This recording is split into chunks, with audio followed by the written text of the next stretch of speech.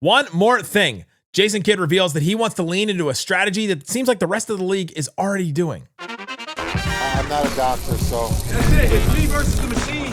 I don't know. Satnam change. Nice penetrating thrust to the middle. Hot man, the hot player. Wait. One more thing. Fired up.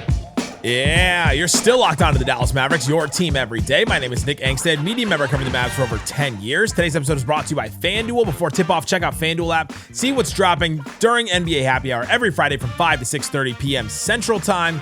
It's a one more thing, a bonus episode of Locked On Mavs. If you missed this show with Slightly and I breaking down the Mavs win against the Kings, go check out that episode. But Jason Kidd said something after the game that I want to talk about and break down. He also said the words, "We played Mavs basketball in the second half." And so I kind of want to talk about what that means. Cooper Flagg talks about his knee. Brandon Williams talks about his final shot and turnovers, a couple of quotes on that. And so we'll get into a couple of things after the Mavs game against the Kings. But let's start here.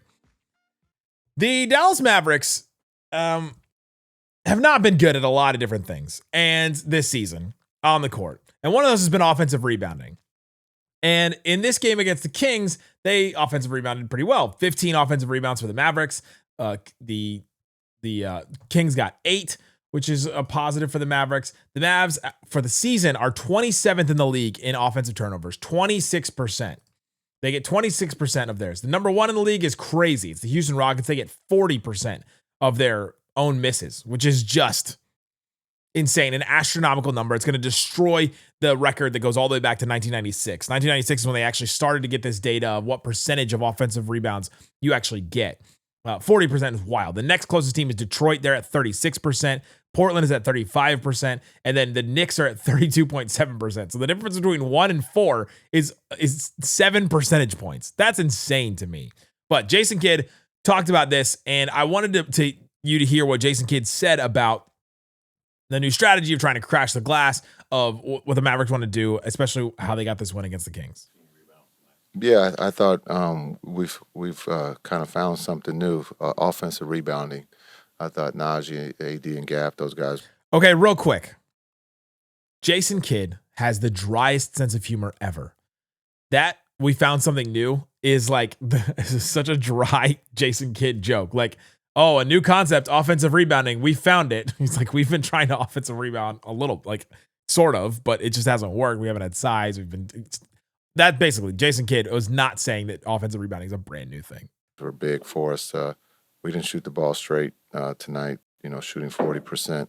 So they gave us opportunities at second chance points. And I thought this was one of our better games of being able to capitalize on that. But I thought AD offensively had some good looks, didn't go down, but defensively he was huge for us. But also being, as you brought up, the rebound, he was big for us too. Did you say found something new with offensive rebounding? Yeah, that's not one of our specialties. But shout out to Leslie McCaslin, Mavs silent report, asking that question, because that's what I would have asked him to. We'll lean into that as we go into the new year, especially if you shoot 40%. And so we're not a stat team when you talk about analytics. When we shoot 66 from the free throw line and under 30 from 3 and 40%, those numbers don't mean that you're going to win.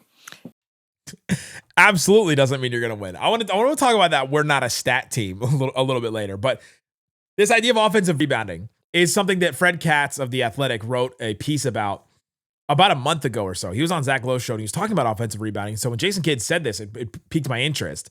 And I went back, and the stat that Fred Katz shared is in 2021, so the 2020-2021 season, only one team offensive rebounded more than 30% of its own misses. Remember that stat that I said earlier about all the teams that were getting their own misses and all that? Only one team got 30% of their own misses. This season, as of back in December, and I think it's about the same, there were 20 teams that were getting at least 30%. This is a league-wide thing that teams are starting to offensive rebound a little bit more. Is this the rise of threes, which I don't know from 2021 to 2025 if threes have gone up that much that it would be that big of a thing. But this is something across the league that they have been putting an emphasis on, is to get your own misses. And that's a way that you can get some kind of advantage, that you can get easier buckets, because when you get an offensive rebound, you're playing against a team that was ready to go back on the other end, ready to run back on offense. and all that. And so for the Mavs to lean into this a little bit more, I think is something obviously the rest of the league has caught on to, that the league is doing that the Mavs just are not at all. And the difference between the Mavs are at 26%, and the Pelicans or whatever right now are at 30%, and they're 10th or something like that. And so the difference is not that big. But for the Mavs to get a couple more offensive rebounds here and there would absolutely help them. My question about this whole concept is not, is it brand new? Is it going to be effective? Is how they do it. Because the Mavs have been playing with some bigger lineups here and there. But the one thing that stood out to me is he was like, well, we got to get, some of these lineups, blah, blah, blah. Is he going to keep playing the Davis and Gafford lineup? Because it sounds like he's going to. It sounds like he's going to keep playing that lineup with both the fives in there, that he has mentioned in the past that he wants to play Anthony Davis at the 4. And is that going to be advantageous for him? Against the Kings, where it's Maxine Reynaud at center, Precious Achiuwa at the 4, both guys that have some size for those positions, but are not big dudes. And then coming off the bench, you got Dylan Cardwell. Like you just don't have big guys for the Kings. They're not a good offensive rebounding. They're not a good rebounding team either. The Kings are 26.6% of their offensive rebounds. So they're not great in that department either. And so the Mavs can take advantage of a team like that with their size, and they did in this game against the Kings. Gafford had 7 offensive rebounds. AD had 3. You had Naji had 2. He mentioned Naji. Cooper Flagg had 2 as well, including one late that was pretty big after his own shot got blocked. But if the Mavs are going to lean into this big lineup a little bit more, I just don't think that's optimal for them to play. You cannot get away with a Gafford Davis front court anymore, and for that to be positive. Anthony Davis is not shooting the ball well enough for that to be a thing. He's not getting his own shot well enough for that to be a thing. Gafford is not finishing well enough or rebounding well enough for that to be a thing either. And so I'm skeptical about this working for the Mavericks. If the way that they're gonna lean into offensive rebounding more is to play those two guys together, I just don't think it's gonna work. The thing about the offensive rebound strategy, and this was in the Fred Katz piece, is it's not necessarily about which players you play, it's how you approach it. The Celtics have been doing this thing where they pick certain guys and they just crash the glass every single time. So maybe they're going to do that. He mentioned Naji Marshall specifically too. So maybe Naji is a guy they can get that. Maybe Cooper Flagg is a guy where you're like, hey, you crash the glass and we know that you can get back on defense and we don't have to worry about that. And so maybe it's like a marking your man and then crashing the glass while you're marking your man as well. Maybe there's something to that. Maybe there's a strategy. But if it's just going to be playing these two bigs, I just don't think that's going to work for the Mavs.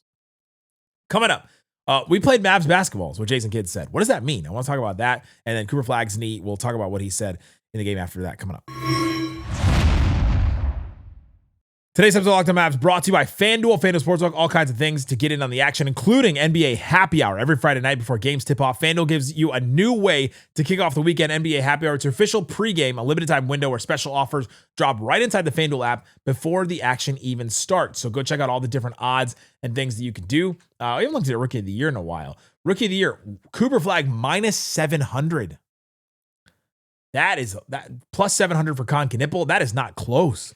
They think it's a runaway that he's going to win the Rookie of the Year. That is, I haven't looked at that in a little while. Last time I checked, he was like minus 200 or something like that. But that is wild gap. And then plus 2,500 for VJ Edgecombe. That's wild too. There's a world where VJ Edgecombe wins Rookie of the Year. So plus 2,500 is crazy odds for that. So check out stuff like that and everything else with the NBA Happy Hour. Tip off 5 to 6:30. Central Time, little basketball, little action, a whole lot of Friday energy. That's NBA Happy Hour only on FanDuel, official sportsbook partner of the NBA. Also brought to you by Prize Picks. Prize Picks daily fantasy that you can do all the time. But with Prize Picks, it feels good to be right with high-pressure football matchups every weekend. Elite hoops action almost every night. The action never slows down. And Prize Picks lets you stay in control. You can do all kinds of things with Prize Picks. The daily fantasy app makes watching sports even more exciting when you build your lineup based on projections, not stats. You can go and check it out. I'm going to go select some of today's games. Which one I actually care about? Let's go this Clippers-Knicks game. And let's pick a couple of them here and there. We can pick Jalen Brunson, 28.5 points. I'm going to pick more on that one. I can pick Karl-Anthony Towns. Oh, Karl-Anthony Towns. I don't know what to do with you. Kawhi Leonard, points, rebounds, and assists, 39.5. He's been on a tear. Let me go more on that one. Brunson, I'm going to pick more on points. Zubats 10 rebounds. Let's go more on Zubats rebounds. So I play those three together. I can play some other ones as well, but you can get some good money the more that you add on that. Download the PrizePicks app today. Use the code LOCKEDONNBA. You get $50 in lineups after you play your first $5 lineup. So if I put $5 on that lineup today, I get $50 no matter what if I win or lose. That's LOCKEDONNBA is the code. PrizePicks, it's good to be right. Shut it down! Let's go home! It's the One More Thing, a bonus episode of Locked On Mavs. Thanks for hanging out with us on the One More Thing, being part of the show, part of the Raccoon Squad. That's what we call our listeners every single day. Jason Kidd talked about offensive rebounding, something he wanted to do. Something else that he wants the team to do is stop turning the dang ball over every single time. He said, we're turning the ball over too much, just careless. We kind of joked about it in the locker room after the game, but we got to take care of the ball more. It just puts too much pressure on our defense. And then Brandon Williams talked about turnovers as well after the Kings game. And he said, somebody asked him, what do you got to do to fix this turnover problem? And he said, looking at film, a lot of turnovers where they're really not even causing pressure or anything, which was very revealing to me that they look at some of these and go, yeah, we're just not, they're not pressuring us or anything. We're just turning the ball over, just bad plays, lazy passes. There's a couple in this Kings game where I literally wrote in my notes, lazy pass, bad decision. And I think some of it is the malaise of the team being this under 500. What are they? They're 9 games under 500 right now. For them to keep playing games like this over and over again, you're like, oh my gosh, here we go. The offense is a slog every single time down the court. It's a struggle every single time. That I think brings just a fatigue to this team. And I think that's one of the reasons why they've struggled with these turnovers. Also, they're not starting with a point guard, which goes back to my original point. If they're going to start this Gafford Davis starting lineup, you've got to put a point guard with them. It's got to be Brandon Williams, got to be Ryan Nemhard, either one of those guys. He's not going to play D'Angelo Russell. That ship has sailed. That ship is gone. That is like season 6 of Game of Thrones where Khaleesi is on the glass sea and she's on the ship. Like we're in episode 1 of season 7. That ship has sailed all the way that she's made it. Like she's there. That's done with D'Angelo Russell. So if he's going to start that 2 big lineup to focus on offensive rebounding, it's got to be because you're starting some kind of guard with them to take these turnovers down, because that's when all the turnovers started happening. They have 10 in the first quarter or 7 in the first quarter. Brutal. Mavs basketball. What is that? I was wondering about that phrase that he said, because you start to look through and you're like, all right, what is this Mavs team even like good at this season? They're not taking a lot of, he mentioned we're not a stats team. We're not taking a lot of threes. We're not hitting a lot of our free throws. They've been a decent defensive team. They're still top 10 defensively this season. They're 8th in the NBA in free throw rate allowed. So they don't foul that much. They don't, they allow good effective field goal percentage. So teams are not shooting well in certain locations. Offensively, they're not good at almost anything. They're not good at almost anything. These allergies are killing me. I don't know if anybody else is out there. I'm getting destroyed by these allergies, with all the pollen up in the Mavs. Don't take a lot of threes either. 26 in the NBA in the amount of threes that they take. 32% of their shots are threes. They do take a lot of shots at the rim, 33%. That's 10th in the NBA. This Mavs team takes shots at the rim. They defend, and then they take mid-range shots. They're 4th in the NBA in all the mid-range shots they take. Between Naji's, Anthony Davis's, Cooper Flagg's, like they do take a lot of mid-range shots. Ryan Nemhard will throw some up here and there. So they take mid-range shots, they get to the rim, and they defend. I think that's what Mavs basketball is this season. They don't allow a lot of threes. They're 3rd in the NBA in the amount of threes that they allow, 35%. Cooper Flagg talked about his knee. He said, it's sore, swollen, I'll be all right. And then Kidd was asked about it. He said he's a tough kid coming back and then not wanting to come out. It says something about Cooper Flagg that he didn't want to come back out of the game. He was like, all right, I'm coming back. He got right on the bike. He took a really tough fall. Looked like he hyperextended his knee. And we've seen a bunch of random knee injuries or calf injuries in the NBA recently. For him to have that injury, to fall like he did, and then just get back up, get on the bike. Maybe it's something about how a 19-year-old is made of rubber and they can just come back and bounce back from any kind of injury like that. But he's mentioned that it was because of that's how I was raised. And I think that it's interesting. Some of these guys that we see in the NBA, they're all talented. They all have talents. Some of it is the difference between how you approach the game. And some of these guys, it's do you approach every single game like it matters? And that's one of the things we talked about with Cooper Flagg before the draft, is that there was even, what was that scrimmage that he was playing in? Didn't matter wasn't part of his league thing, but he came back in the game after an injury because he's like, I'm playing. If I'm saying I'm playing, I'm playing. You know, man of my word or whatever he would say about it. And I think that's something that makes him just a maniacal competitor, somebody that makes him, you know, somebody I'm very high on to make an all-NBA team, to be the best player on a championship team potentially. Like, all that stuff is there's such a small moment, but hey, I'm coming back. Like, I don't care. I'm not gonna play scared, and I'm gonna play even though it's a game that's kind of meaningless for the Mavericks. They may be fighting back to get in the play-in. They're like, what, 3.5 games out of the play-in, but they're 6 games out of 8th. Like, there's just a long road to go. And for him to come back in this game and a kid to mention that, saying he's a tough kid coming back, then not wanting to come out, says something about Cooper Flagg to me. There you go. Brandon Williams also mentioned about the final shot. So he made the 3 to win the game against the Kings. He said, I'm just playing with confidence. He said, I could kind of see it in Cooper's eyes before he passed it, which was an interesting little note to me from Brandon Williams, saying like, hey, we're watching Cooper Flagg and we're starting to tell when he's going to make a pass or when he wants us to do something. That's something that, I mean, that shows leadership to me from Cooper Flagg, and shows chemistry from some of these guys. They're starting to learn each other, learning their tendencies, and learn what Cooper Flagg's going to do. Thought that was interesting.